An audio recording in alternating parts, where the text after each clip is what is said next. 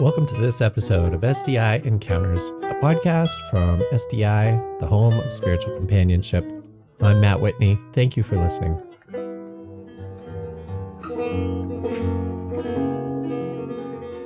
Learn more about our work and the work of spiritual companionship on our website, sdicompanions.org. If SDI has done nothing else, and it has done much, but to help us gather together in support of one another, that might have been enough. So says SDI co-founder Lucy Abbott Tucker, perennial teacher, leader, and contributor to the SDI community, and keynote speaker at SDI's 35th anniversary conference to be held in Niagara Falls, May 29th through 31st, 2025, also available online. Last week, I published a short video of Lucy's interview, and in this podcast, we are releasing the full conversation that I had. SDI does have much to be proud of over its 35-year history, and we look forward to celebrating all these achievements with you, even as we continue to explore areas where we need to keep striving and learning together. And that's the key, as Lucy tells us. All of us who practice, are dedicated to or interested in spiritual direction and companionship can rely on one another for support, discernment, and encouragement. So please join us for our annual gathering, whether in person or online. And if cost is a concern, you can apply for a scholarship. Meanwhile, please enjoy this conversation.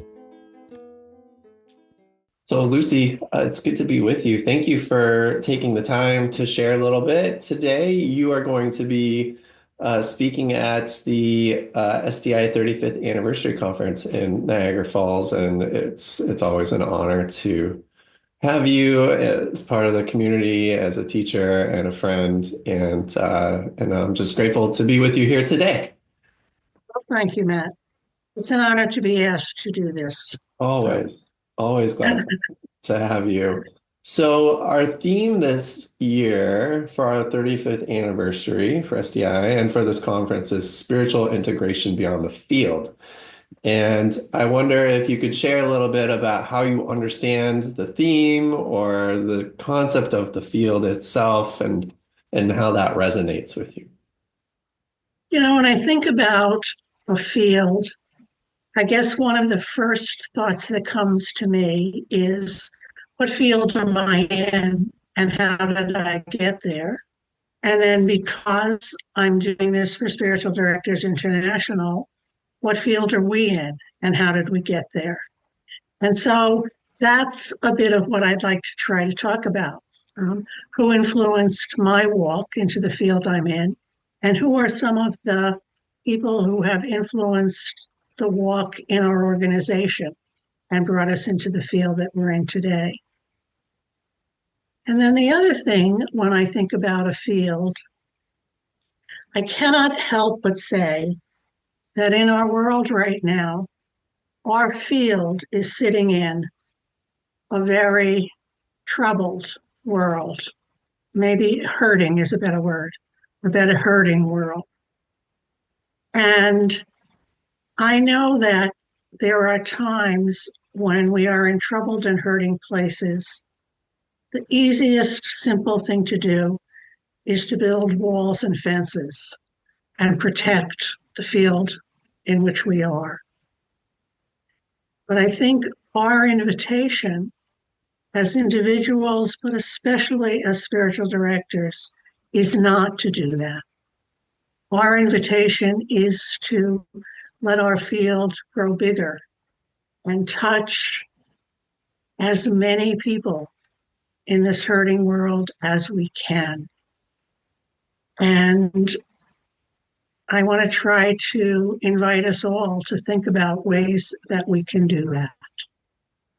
So, Lucy, you were there at the founding of SDI, is my understanding, back in 1990. Is that right? Well, actually, the first meeting was in 1989 when Marianne Schofield, Tilden Edwards, and Jack Mauston basically contacted anyone and everyone they knew who was involved in the Ministry of Spiritual Direction and basically said, let's get together and talk about our ministry and talk about how we can be of support to one another.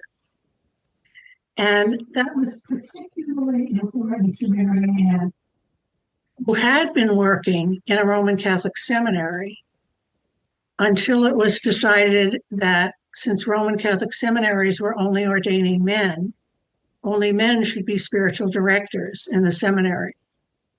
So Marianne went to Mercy Center to work there.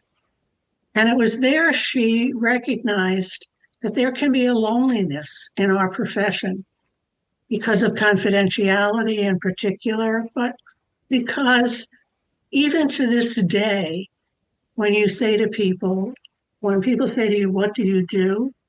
And you say, I'm a spiritual director, you often get a bit of a blank stare, you know? So there's a loneliness in our ministry. And Marianne felt very strongly that we needed to find ways to support and encourage and keep training one another.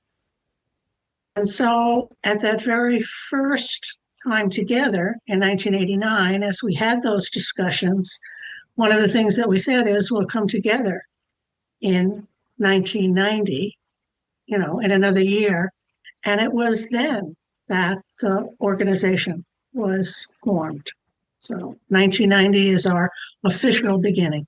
Yeah, I love that. And I love the sort of organic way that that came together. Just like reach out to as many folks as you knew and say, we want to have a community or we want to be a part of it. Right. Yeah. Exactly. Cool. Exactly. Yeah. And it was really important because people have heard me say this before. There were schools of thought about spiritual direction, even at that point in time. What can you talk about? What should you talk about? And the fact that people from all these schools of thought got together to talk to one another was really important, to sort of say there are many ways to be a spiritual director, but we all have to support and encourage one another. I wonder, to follow up on that, if you would be willing to share maybe about one of those people who you've crossed paths with over the years with SDI, who maybe has been particularly formative or has even offered something that caused you to shift your way of thinking or even, evolve in your approach to spiritual direction? Mm-hmm. Well, I can easily talk about the person who started the program that I trained in, which was the Institute for Spiritual Leadership in Chicago. It was a Jesuit priest, Paul Robb, who was both a Jesuit and a psychologist. And he felt very strongly that psychology and spirituality swim in the same river.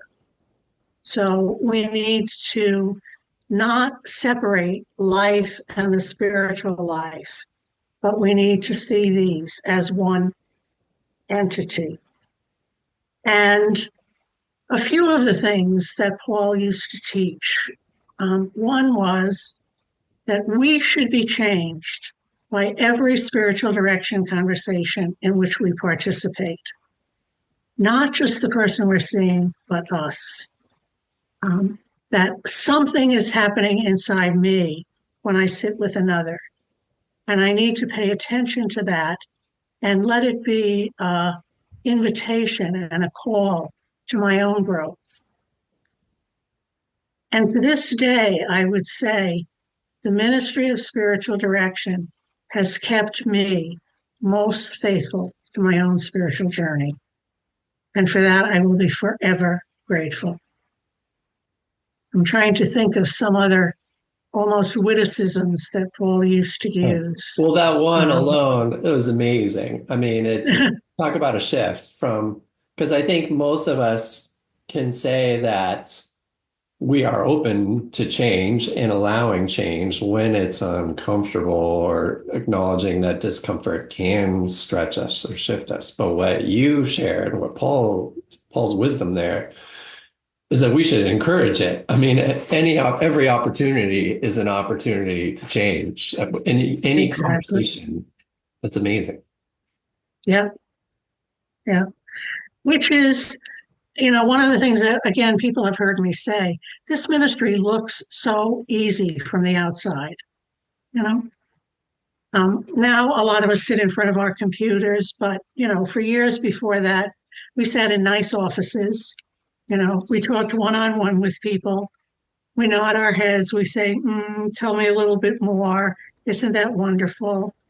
You know, um, but it is really difficult to truly listen to people with the totality of our being and to reverence the presence and activity of God in another person as they're sitting with us.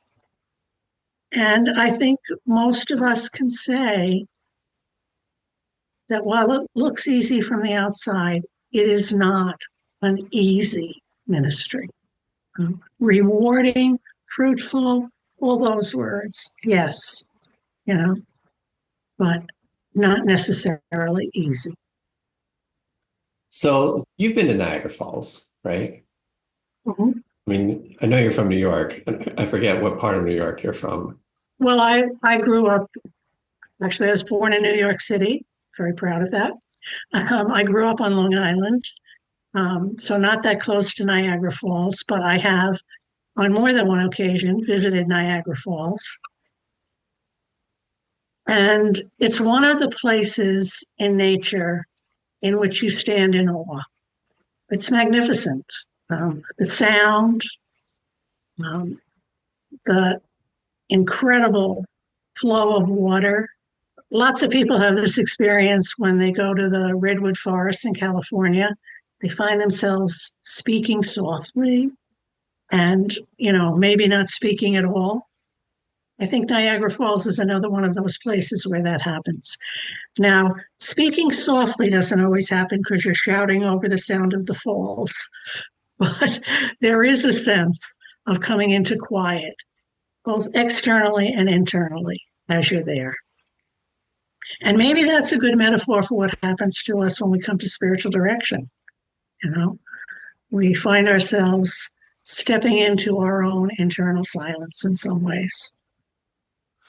We have to shout to be heard, but in situations like that, we don't need to say anything. It's a speechless moment. Yes, Space. right. Yeah. Like over and over again, I've heard people who have been to the falls say, I didn't realize it was so big.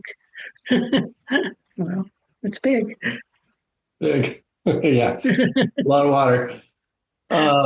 Wonder if I'm just going to ask you for just to offer a welcome to people, to come hang out with you, to attend the conference, to come share in community.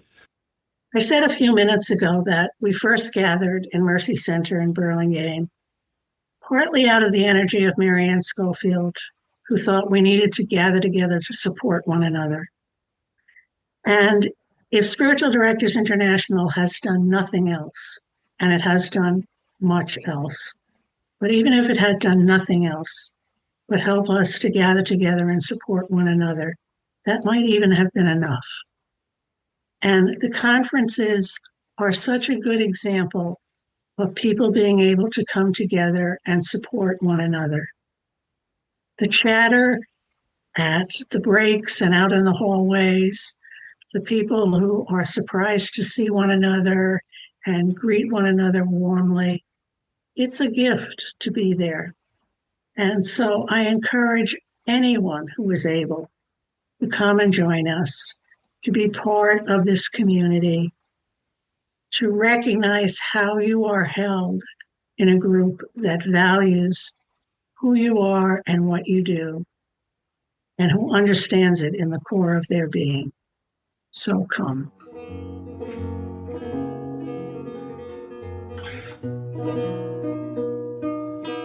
If you're enjoying this podcast and you want to help us share and spread the word about the life-giving practice of spiritual companionship, you can help us out by subscribing to this podcast on our website. You could give us a like or even write us a review. Thank you for listening. This is Matt Whitney with Spiritual Directors International. Thanks again for listening. Your time and your presence here are deeply appreciated.